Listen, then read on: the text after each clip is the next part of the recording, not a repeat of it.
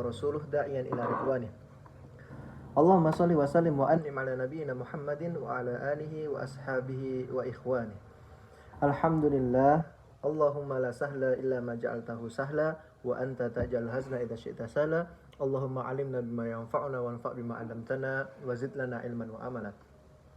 Alhamdulillah, segala puji serta syukur marilah kita haturkan kehadirat Allah Subhanahu wa taala yang senantiasa memberikan kepada kita nikmat-nikmatnya, ya, sehingga dengan nikmat-nikmat tersebut kita, ya, selaku seorang mukmin masih sangat mungkin untuk kembali, ya, review kehidupan kita selama ada di dunia ini, yaitu dengan apa? Muhasabah diri. Apakah seandainya nikmat-nikmat yang Allah berikan kepada kita itu sudah benar nggak sih? Sudah on the track belum sih? Gitu kan? Karena kenapa? Karena banyak teman-teman, ya, kalau kita mengetahui banyak dari kalangan manusia itu yang kemudian ketika diberikan nikmat oleh Allah Subhanahu wa taala ternyata malah digunakan kepada yang lain, bukan digunakan kepada ketaatan, tapi digunakan kepada selainnya, yaitu kemaksiatan, ya. Dan itu bukan cara yang benar, ya, bukan cara yang benar dalam, ya, mensyukuri nikmat Allah Subhanahu wa taala. Karena sekali lagi menurut para ulama sebagaimana yang telah dijelaskan, syukur itu adalah, ya, tasarrufun ni'mah ilal khair wat ta'ah. Merubah, ya, menggunakan semua nikmat-nikmat yang Allah berikan tadi sebagai apa?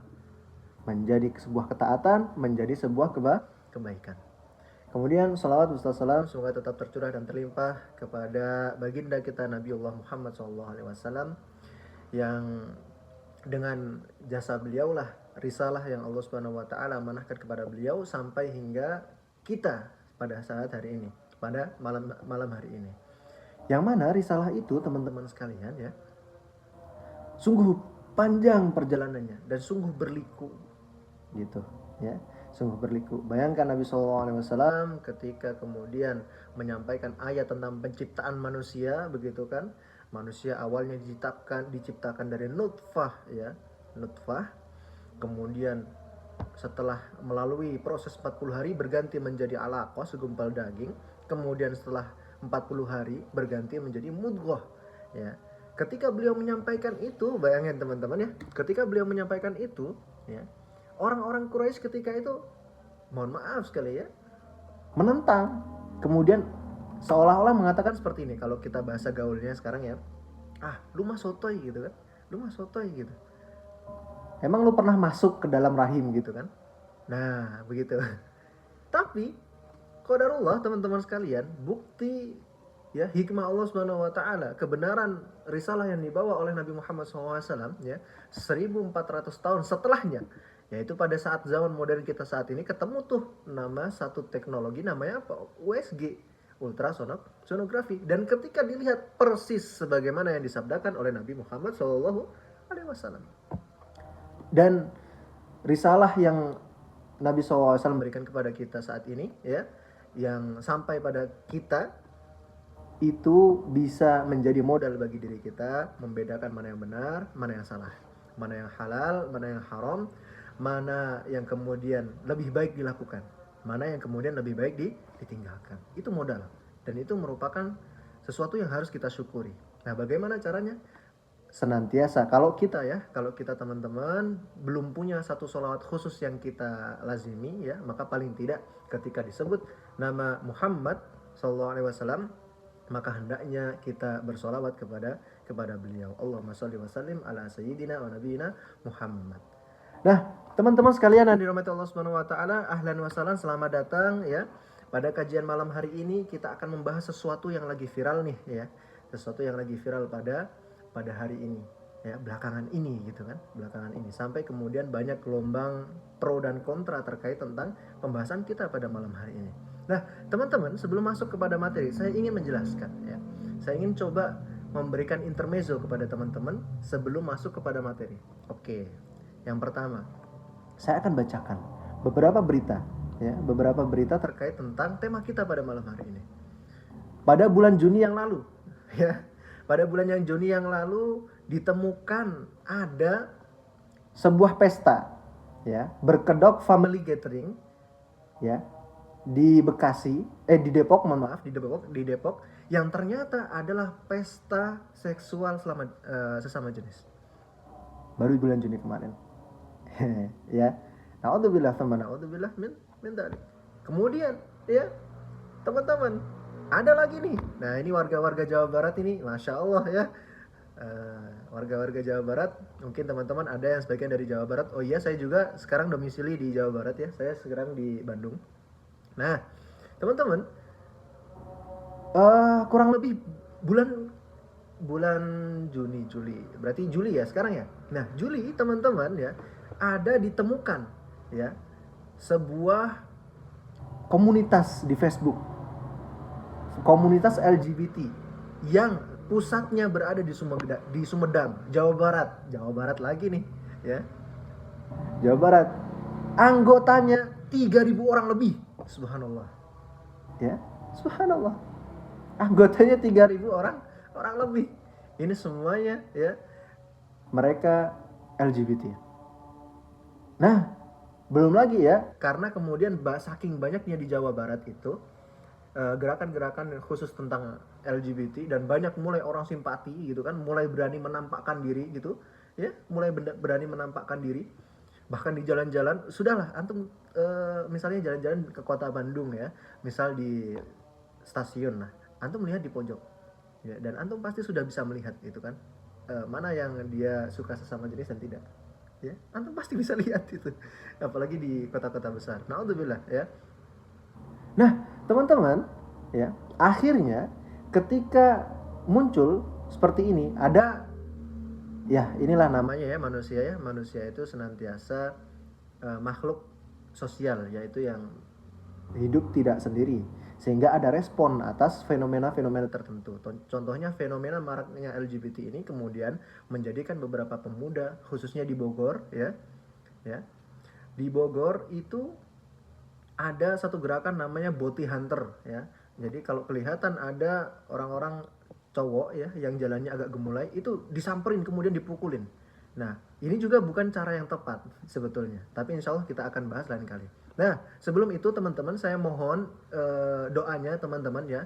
Kami di sini di PDM, Pimpinan Daerah Muhammadiyah Jawa Barat, sedang mengusahakan dengan DPRD Kota Jawa Barat untuk mengesahkan undang-undang LGBT ya, peraturan daerah, Perda LGBT, yang semoga kemudian kedepannya bisa diaplikasikan dan bisa diterapkan. Kita mohon doanya kepada teman-teman semua. Nah, begitu. Nah, itu ya pertama. Kemudian yang kedua teman-teman ya, sebelum kita masuk lebih dalam fitrah, fenomena LGBT dan sebagainya macamnya, kita harus tahu dulu nih, apa itu LGBT. Ada yang sudah tahu belum? Apa itu LGBT? Singkatannya. Ada yang sudah tahu? Singkatannya adalah lagi bete. Bukan ya? Apa? Ada yang tahu? Barangkali merespon satu orang, dua orang.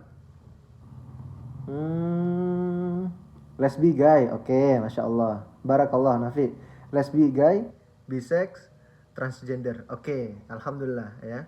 Berarti teman-teman sebetulnya sudah paham ya apa itu LGBT. Ya, LGBT itu adalah singkatan daripada L, lesbian, G, gay, B, biseksual, T, transgender. Nah, teman-teman, disclaimer dulu sebelum saya menyampaikan ya. Di sini mohon maaf, saya akan menyebutkan beberapa kata yang mungkin kurang enak didengar, yang mungkin terkesan jorok, tapi perlu untuk saya sampaikan karena kenapa? Agar kita semua paham. Ya, agar kita semua paham. Yang mana dengan pemahaman itu semoga kita bisa terhindar dari bahaya LGBT tersebut. Oke? Saya mohon maaf ya sebelumnya. Ya.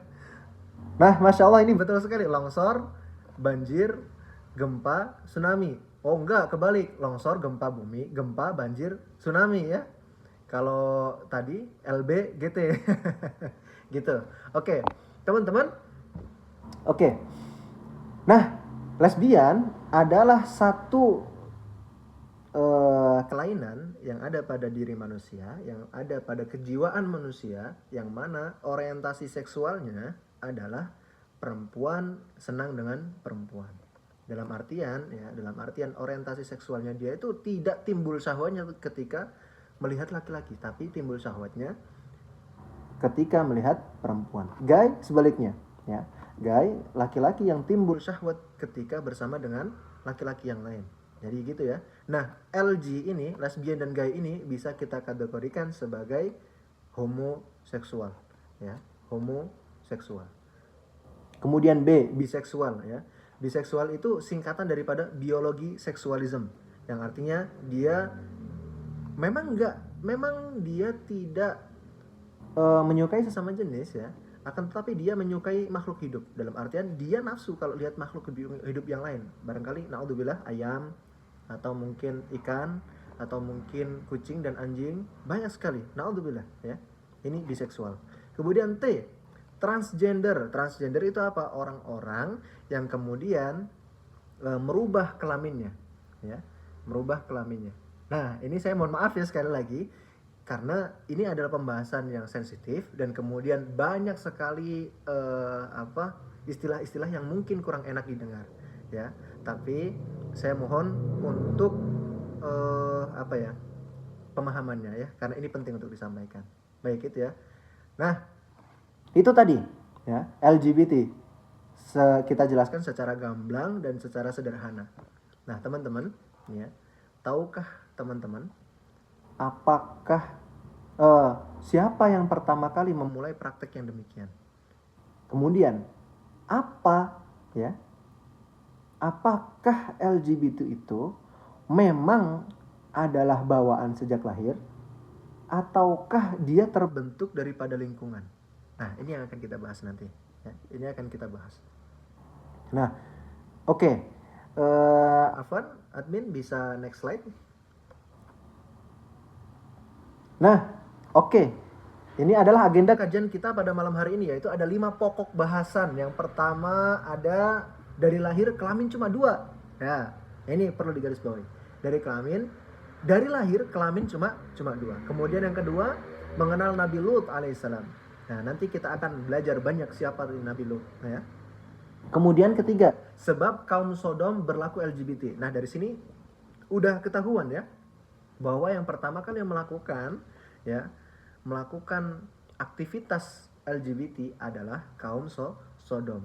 Kaum Sodom itu merupakan umatnya Nabi Lut.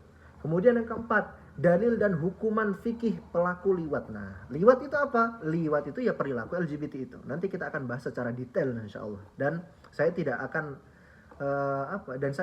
akan membawakan teman-teman materi yang begitu-begitu saja, tapi akan saya langsung bawakan dari sumbernya, dari kitab-kitab para ulama, ya, dan juga beberapa kitab-kitab inti fikih, ya. Saya juga bawakan nanti insyaallah di pembahasan yang kedua mengenal Nabi Lut. Saya akan bawakan kitab khusus, saya akan bacakan sendiri. Namanya, judulnya adalah Al-Mustafad min Qasasil Quran, karya Syekh Dr. Zaidan Abdul Karim Zaidan. Nah, oke. Kemudian yang kelima, terakhir, cara terhindar dari LGBT. Nah, 5 pembahasan ini akan kita sampaikan pada malam hari ini dengan detail, dan semoga cukup ya waktunya 40 menit. Semoga insyaallah. Oke, next slide untuk mempersingkat waktu. Oke.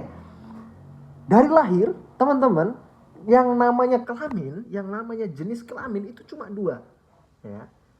Allah Subhanahu wa taala berfirman, walaqad khalaqnaz zawjaini dzakara wal untha, dan telah kami ciptakan, ya, manusia itu berpasang-pasangan, yaitu adalah apa? Laki-laki dan unta, ya. Makanya Allah Subhanahu wa taala menciptakan Adam dan Hawa, bukan Adam dengan satria misalnya, naudzubillah, atau Adam dengan bowo, ya, enggak. Tapi Allah menciptakan siapa? Adam dan Hawa, laki-laki dan perempuan. Coba nih teman-teman, ya, kita ambil contoh yang paling sederhana saja. Ketika seorang ibu, ya, hamil, kemudian dia melakukan persalinan di rumah sakit, atau kalau tidak rumah sakit di bidan, ya, biasanya, ya. Nah, kemudian anak dari si ibu tadi terlahir. Apa yang pertama kali diucapkan oleh si dokter? Oleh si bidan, ya. Oh, alhamdulillah ibu, kalau muslim ya, kalau muslim. Alhamdulillah ibu, ini anaknya sudah lahir, anaknya perempuan. Atau kalau tidak, alhamdulillah ibu, ini anaknya sudah lahir, anaknya laki-laki. Betul tidak? Betul ya? Adakah seorang bidan ya ataukah seorang dokter yang kemudian ketika lahir anak tersebut ya, anak tersebut kemudian dia mengatakan, "Oh, alhamdulillah ibu ya, anaknya sudah lahir, anaknya berkelamin non biner misalnya." Ayo, apa itu non biner? Kemudian atau eh dokternya kemudian mengatakan, alhamdulillah ibu, anaknya lahir, anaknya feminis, look hetero misalnya. Tuh, apa lagi istilah apa itu, gitu kan? Kan nggak mungkin. Yang namanya kelamin dari lahir, bidan sudah pasti mengatakan apa, ya, antara laki-laki atau perempuan. Nggak ada tuh namanya hetero, apa, feminim look hetero, kemudian non biner dan sebagainya macamnya. Itu tidak ada, ya. Yang mana ini menandakan bahwasanya ya yang namanya LGBT itu bukan bawaan lahir. Nah, ini ya. Bukan bawaan lahir tapi dia dibuat, tapi dia dibentuk. Oke, kita lanjutkan. Nah, ditetapkan sejak kandungan. Ya. Ditetapkan sejak kandungan. Teman-teman sekalian yang dirahmati Allah Subhanahu wa taala ya, ketika kemudian ya sperma masuk ke dalam ovum ya, sperma itu sudah membawa yang namanya apa? Sudah membawa yang namanya kromosom. Nah, di antara kromosom itu ada kromosom yang bentuknya XY dan ada kromosom yang bentuknya XX ya. Nah, kromosom ini menentukan apa? Nanti anak yang lahir itu berkelamin perempuan atau laki-laki. Dan teman-teman, ini termasuk ya takdir Allah Subhanahu wa taala yang ijbari. Yang mana maksudnya adalah takdir Allah, laki-laki atau perempuannya seseorang itu tidak bisa diubah dan tidak bisa dipilih oleh seorang hamba, tidak bisa teman-teman. Ya. Maka yang namanya laki-laki dan perempuan itu sudah ditentukan semenjak apa? Semenjak sperma itu berlarian ya, masuk ke dalam ovum, itu sudah ditetapkan oleh Allah Subhanahu wa taala. Terakhir, poin terakhir. Keragaman suku tapi satu fitrah kelamin. Nah, Allah Subhanahu wa taala berfirman dalam surat Al-Hujurat ayat 49 ya. Inna khalaqnakum min dzakarin wa untha wa ja'alnakum syu'uban wa qabaila lita'arafu. Sesungguhnya kami telah ciptakan kalian ya, manusia itu dari laki-laki dan perempuan. Nih ditegaskan oleh Allah Subhanahu wa taala sekali lagi laki-laki dan perempuan. Ya, wa ja'alnakum syu'uban wa qabaila lita'arafu. Dan kami jadikan kalian itu berbangsa-bangsa, bersuku-suku agar kalian bisa berta'aruf. Ya, saling mengenal satu sama lain. Nah, ayat ini juga menandakan bahwasanya memang sukunya beragam, tapi jenisnya ya tetap kalau nggak laki-laki ya perempuan. Oke, teman-teman, sekarang saya ingin memberikan contoh yang sedikit ya. Contoh untuk lebih kita memahami poin yang ini. Teman-teman tahu ayam ya? Bisa, kalau tahu bisa reaction. Nah, gitu. Oke. Nah, teman-teman tahu ayam ya? Ayam itu kan yang namanya ayam kan satu. Ya, yang namanya ayam kan satu. Tapi kan jenisnya macam-macam. Ada ayam cemani, ada ayam jago, ada ayam Jawa, ada ayam yang tahu nggak teman-teman sekalian, ada ayam yang besar banget di India. Warnanya putih, besar, seukuran kambing ya. Itu. Nah, kan ayamnya beda-beda tuh. Ya kan? Ayamnya beda-beda. Ada yang besar, ada yang kecil, ada yang warnanya putih, ada yang warna merah dan sebagainya macamnya. Tapi jenis kelaminnya berapa? Tetap dua. Jantan atau betina. Nah, maka inilah yang menjadikan ya bahwasanya yang namanya LGBT itu bukan bawaan dari lahir, tapi sesuatu yang terbentuk dari apa? Dari kebiasaan dan lingkungan yang ada yang kemudian merubah seksualitas daripada seseorang tersebut. Oke ya? Sampai di sini bisa dimengerti ya? Insya Allah kita lanjut dulu. Kita lanjut ke slide selanjutnya. Oke, fitrah versus konstruksi sosial. Nah, teman-teman sekalian, memang tadi saya mengatakan di awal bahwasanya apa? Bahwasanya yang namanya LGBT itu adalah bukan bawaan dari lahir, ya. Dalam artian bukan versi normal manusia, tapi dia adalah kelainan. Teman-teman pernah lihat nggak? Naudzubillah ya, semoga tidak terjadi di antara kita. Nah, teman-teman pernah lihat nggak ketika ada mungkin salah seorang di antara teman-teman kita atau keluarga yang kita kenal kemudian memiliki rupa fisik yang kurang sempurna. Misalnya tangannya agak kecil, mohon maaf sekali ya, mohon maaf sekali. Atau kemudian bibirnya ada yang sedikit sumbing gitu ya. Atau kemudian naudzubillah ya, ada yang matanya sedikit juling ya. Ini adalah bentuk daripada kelainan-kelainan fisik. Nah, apakah kelainan itu bisa terjadi kepada seksualitas? Ternyata bisa, teman-teman. Ya, ternyata bisa. Tapi bukan berarti dia adalah bawaan yang seharusnya, melainkan dia adalah kelainan. Oke, kita bahas di sini. Poin pertama, kasus interseks itu langka. Interseks itu apa? Memiliki dua kelamin. Ya, memiliki dua kelamin atau tidak jelas kelaminnya antara laki-laki atau perempuan.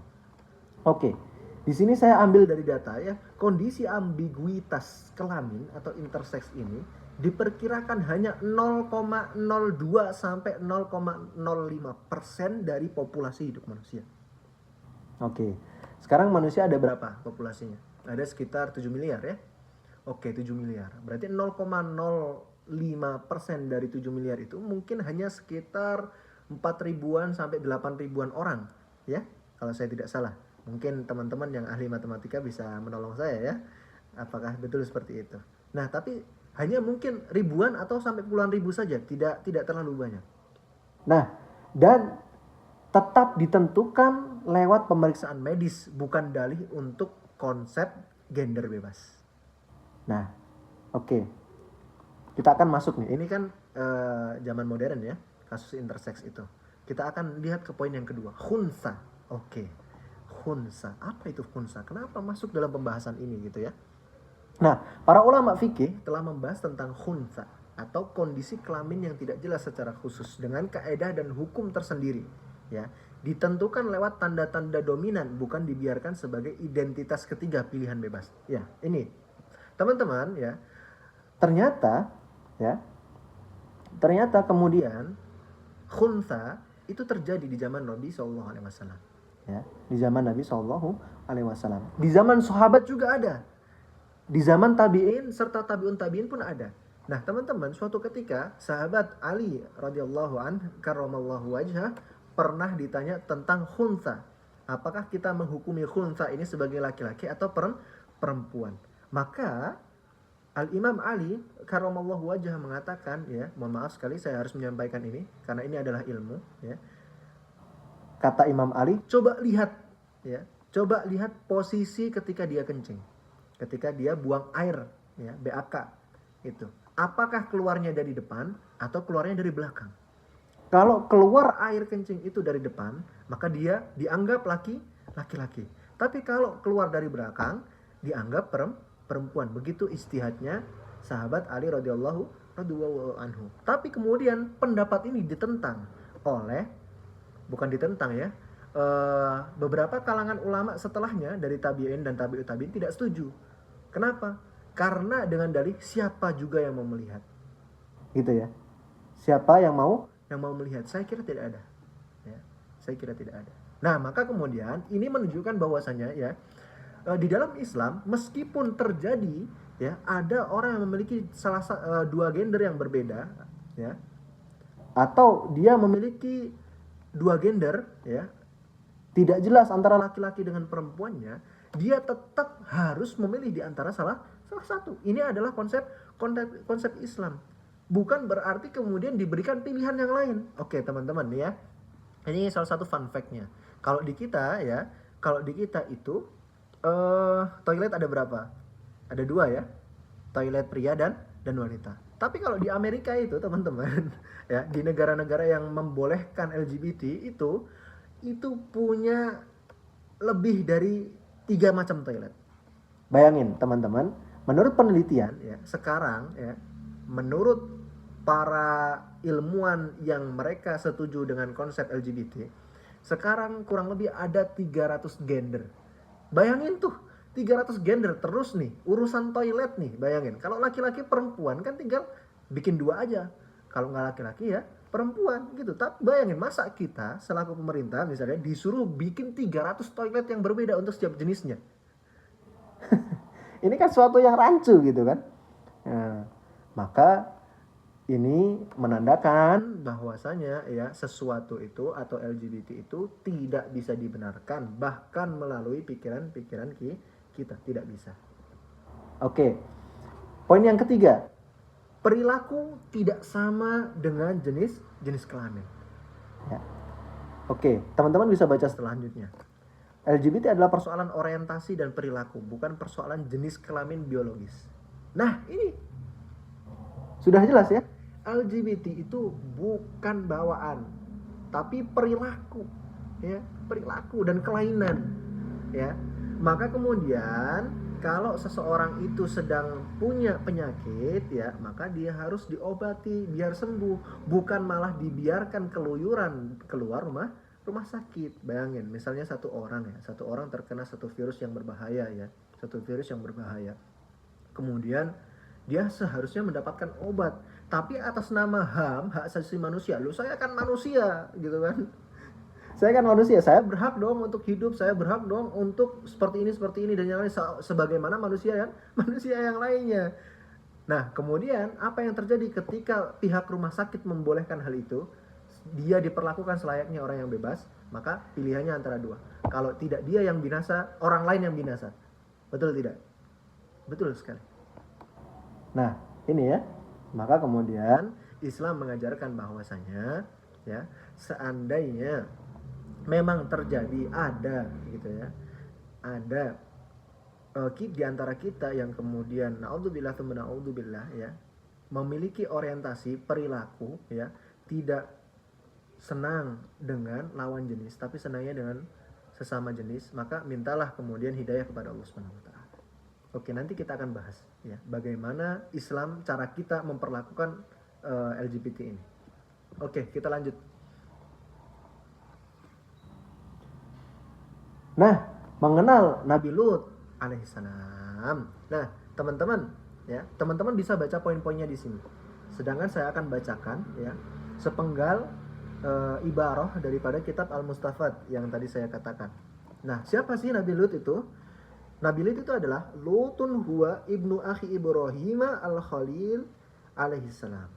Nabi Lut itu ya bukan cuma seorang nabi, bukan cuma seorang rasul, tapi beliau adalah siapa? Anak daripada saudaranya Nabi Ibrahim al-Khalil. Ya, al-Khalil, kekasih Allah Subhanahu wa taala. Wulida fi Urkildaniyin ya, dilahirkan di satu desa, satu kampung namanya adalah Irkeldan. Ya, saya tidak tahu. Nah, sekarang ini kemungkinan berada di daerah Irak ya. Fi mantiqati Babil, di satu negara namanya Babilonia. Babilonia itu dulu adalah dataran Arab itu ya.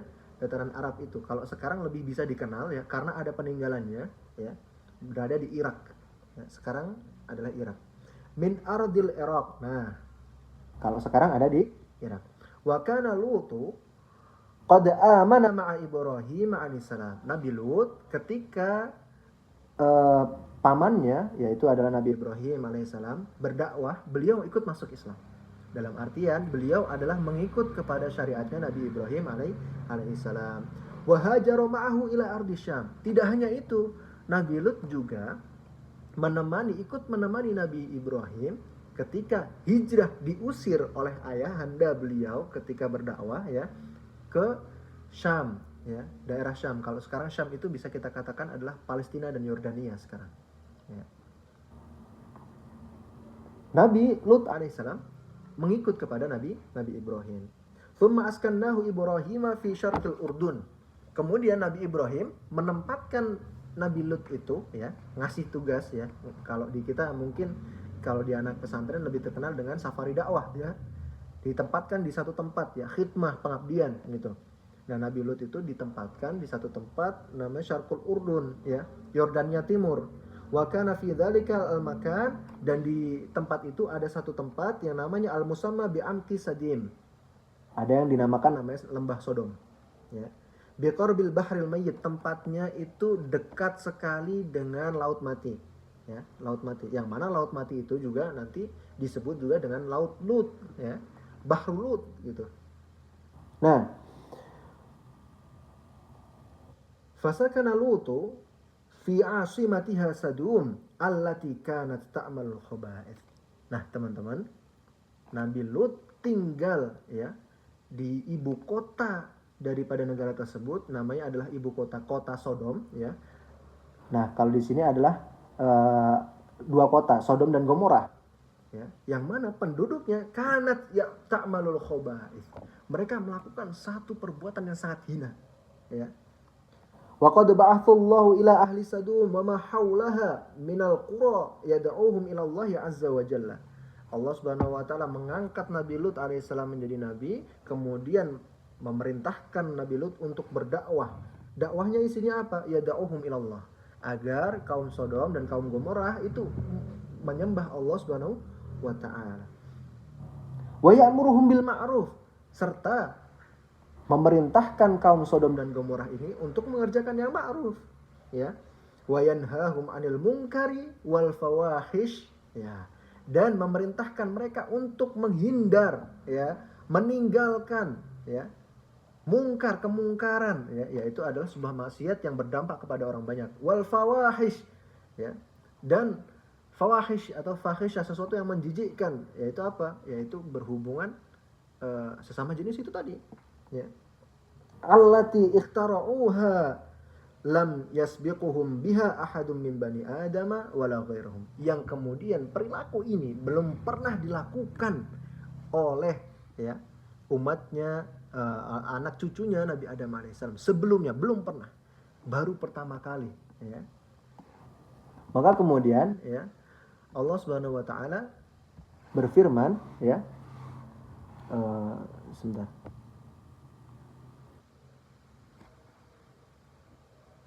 Allah Subhanahu wa taala berfirman ya, walutan id qala liqaumihi atatuna al-fakhishata wa antum tubsirun. Dan ingatlah kisah Lut wahai Muhammad ketika dia berkata kepada kaumnya, mengapa kamu mengerjakan perbuatan keji? Itu apa tadi? Nah, padahal kamu mengetahui, maksudnya apa mengetahui kekejiannya itu, mengetahui dia itu sebetulnya yang dia lakukan ini salah, gitu kan? A'innakum, apa kekejiannya itu? A'innakum lata'tunar rijala syahwatan min dunin nisa bal antum qaumun tajhalun ya. Mengapa kalian mendatangi laki-laki dan bukan perempuan ya, untuk memenuhi syahwatmu? Sungguh kalian adalah kaum yang melakukan perbuatan bodoh. Itu kata Allah Subhanahu wa taala. Nah, teman-teman ya, kemudian saya tidak akan terlalu menjelaskan tentang kisahnya Nabi Lut, tapi kita akan singkat saja ya, bahwasanya terakhir kali ya, pada akhirnya Nabi Lut, kaumnya Nabi Lut ini ya dihancurkan oleh Allah Subhanahu wa taala, diadab oleh Allah. Adabnya apa? Fa akhadhathumus sayhatu musyrikin. Mereka itu ditimpa angin topan yang kencang ya. Saking kencangnya apa? Faja'alna 'aliha safilaha. Terbalik dunia itu, terbalik bumi mereka ya. Yang apa? Yang sebelumnya di atas menjadi ke bawah, yang ke bawah menjadi ke atas, dibalik oleh Allah Subhanahu wa taala. Ya. Wa amtarna 'alaihim hijaratan min sijil, dan Allah Subhanahu wa taala menghancurkan kaum Sodom tersebut dengan batu-batuan, bukan hanya sekedar batu-batuan yang jatuh dari langit, tapi batunya batu dari sijil, neraka sijil. Nah, begitu akhirnya. Bahkan teman-teman sekalian, sungguh disayangkan bahwasanya istrinya Nabi Lut pun tidak luput daripada azab yang Allah Subhanahu wa taala berikan kepada kaumnya. Ya. Oke. Teman-teman yang dirahmati Allah Subhanahu wa taala, sampai di sini kita sudah mengenal ya. Sudah mengenal terkait tentang Nabi Lut, kemudian kaumnya dan apa yang menimpanya. Nah, oke, kita next slide.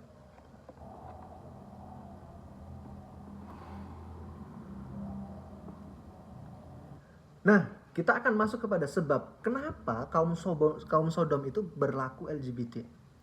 Ya, berlaku LGBT. Nah, di sini teman-teman bisa lihat ya. Contohnya penjelasannya dalam surat Al-A'raf ayat 80 sampai 81, kemudian surat Hud ayat 82 sampai 83, yang mana inti daripada kedua ayat dalam surat tersebut adalah bukan sekadar dorongan biologis semata. Ya. Dalam artian apa? Naluri mereka sebetulnya tidak punya penyimpangan itu. Ya, melainkan pilihan itu adalah dilakukan dalam keadaan sadar untuk meninggalkan fitrah. Ya, untuk meninggalkan fitrah, dibiarkan tanpa kendali dan tanpa rasa malu. Oke, teman-teman, saya ingin menjelaskan lebih detailnya, lebih teknisnya. Kenapa kemudian kaum Sodom itu melakukan kemaksiatan? Nah, teman-teman,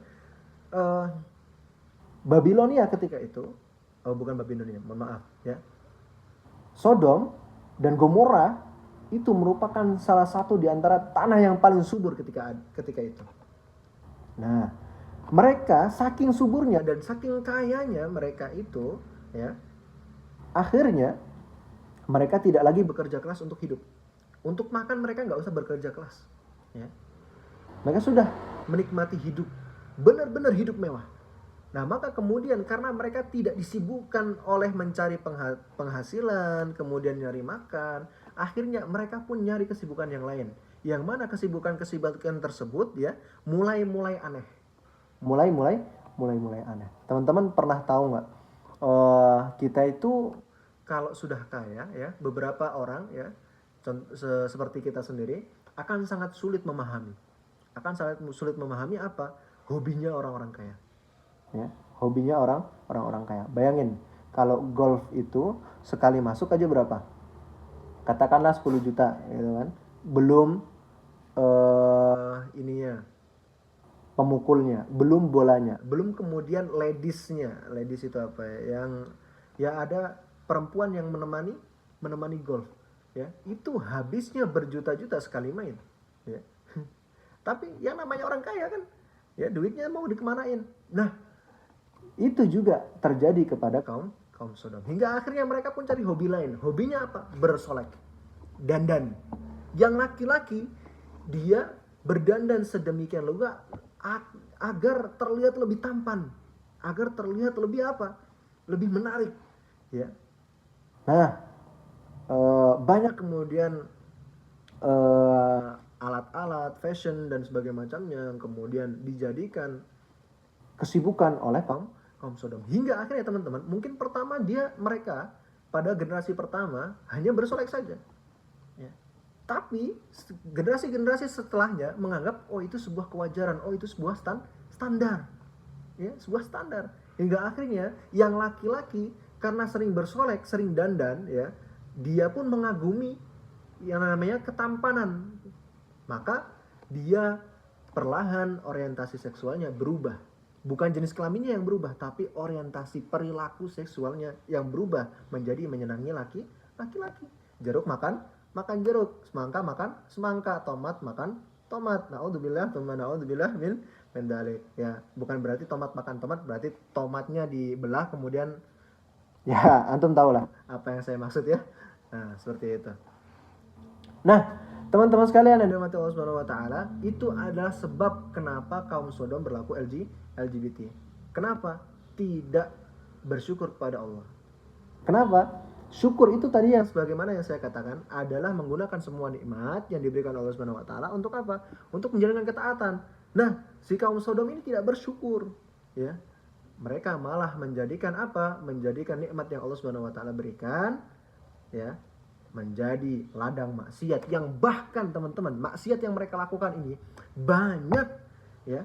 Hewan-hewan pun yang tidak berakal itu akan memilih untuk tidak melakukannya. Betul ya? Hewan-hewan itu pun tidak akan berhubungan sama jenis. Gitu ya? Oke. Teman-teman, kita lanjut dulu. Sepertinya waktunya mepet ini. Sepertinya seharusnya banyak sekali yang ingin saya sampaikan kepada teman-teman, tapi waktunya agak sedikit mepet. Oke, next slide. Faktor pendukung. Nah, ini ya. faktor pendukung penyimpangan. Yang pertama, hilangnya rasa malu. Ya. Rasa malu itu hilang. Kebebasan tanpa batas itu membuat perbuatan yang dulu ditutup-tutupi. Orang tuh dulu malu ketika melakukan sebuah kemaksiatan. Ya. Tapi sekarang karena semua orang melakukannya, ya, maka kemudian berani dong, gitu kan? Lah itu aja berani, gitu kan? Contohnya lah di kita sekarang ya. Dulu kalau di zaman mungkin ayah ibu kita masih kecil ya, itu ketemu antara laki-laki dengan perempuan yang bukan mahram itu harus sembunyi-sembunyi, dan itu masya Allah ya, masya Allah itu sangat-sangat jarang terjadi gitu kan. Dan ketika terjadi itu sudah menjadi bahan omongan orang. Tapi sekarang teman-teman ya, orang pacaran di pinggir jalan, di stasiun ya, di halte, di kafe, kita melihat banyak sekali orang pacaran, dan itu sudah dianggap biasa. Padahal teman-teman ya, pacar itu dulu ya adalah sebuah tanda di kuku ya. Teman-teman tahu pacar kuku ya? Dulu adat Indonesia itu ketika seorang laki-laki melamar perempuan, maka perempuan yang dilamar itu akan diberikan tanda berupa pacar. Maka masa ketika antara lamaran dengan pernikahan itu dinamakan dengan pacaran. Aslinya baik gitu kan? Ya, dilamar dulu, maka kemudian baru dikasih tanda. Kalau dulu orang dulu mengatakan dipingit gitu kan? Nah, tapi sekarang tidak. Nah, naudzubillah min dzalik. Ada sebuah hadis ya dari Nabi sallallahu alaihi wasallam. Beliau mengatakan inna mimma adrakan nas min kalamin nubuwatil ula fa illam tastahi fasna ma syi'ta. Ya. Di antara warisan para nabi terdahulu yang sampai pada kita saat ini adalah perkataan, kalau kamu nggak malu berbuatlah sesukamu. Betul ya? Teman-teman, mohon maaf sekali. Ketika kita melihat ya orang gila di jalan, ya, dia melakukan apa aja sudah, ya, dia telanjang di tengah jalan, kemudian dia melakukan sesuatu yang di luar nalar manusia, ya, dia bebas aja melakukan itu karena kenapa? Nggak punya rasa malu. Maka malu itu modal awal teman-teman. Malu itu merupakan sesuatu yang baik kalau ditempatkan kepada tempatnya. Oke, kita masuk ke poin yang kedua, pengaruh lingkungan. Nah ini teman-teman, mohon maaf sekali ya. Pergaulan dan lingkungan sosial yang permisif mempercepat penyebaran perilaku menyimpang.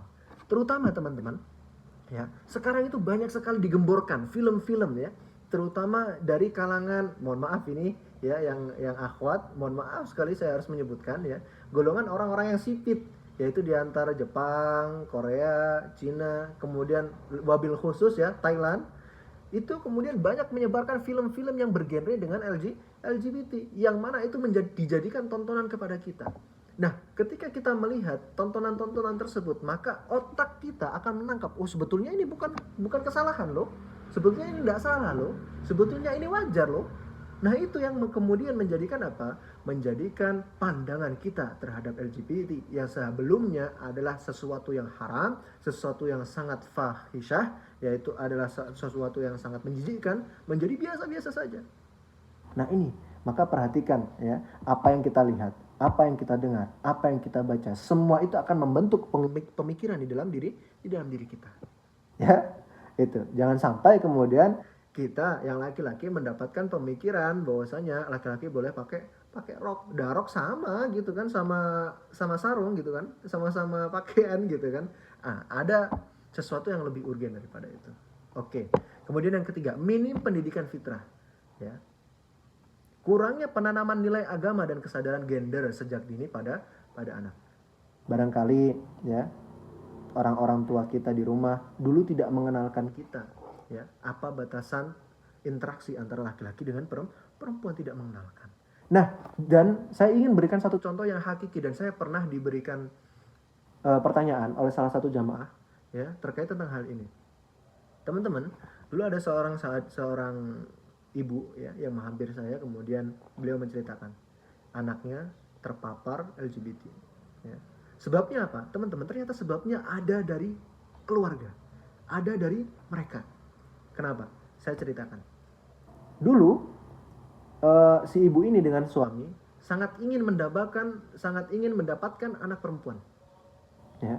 Tapi qadarullah, Allah berikan anak yang pertama laki-laki, anak yang kedua laki-laki lagi, anak yang ketiga laki-laki lagi. ya. Laki-lakinya 3 itu, ya. Kalau 5 jadi Pandawa gitu kan. Nah, ternyata anak yang keempat, anak yang terakhir itu perempuan. Ya. Dan ketika mendapatkan anak perempuan sangat dimanja, sangat dielu-elukan, ya. Karena itu merupakan harapan sejak lama. Hingga akhirnya mereka lupa untuk mengajarkan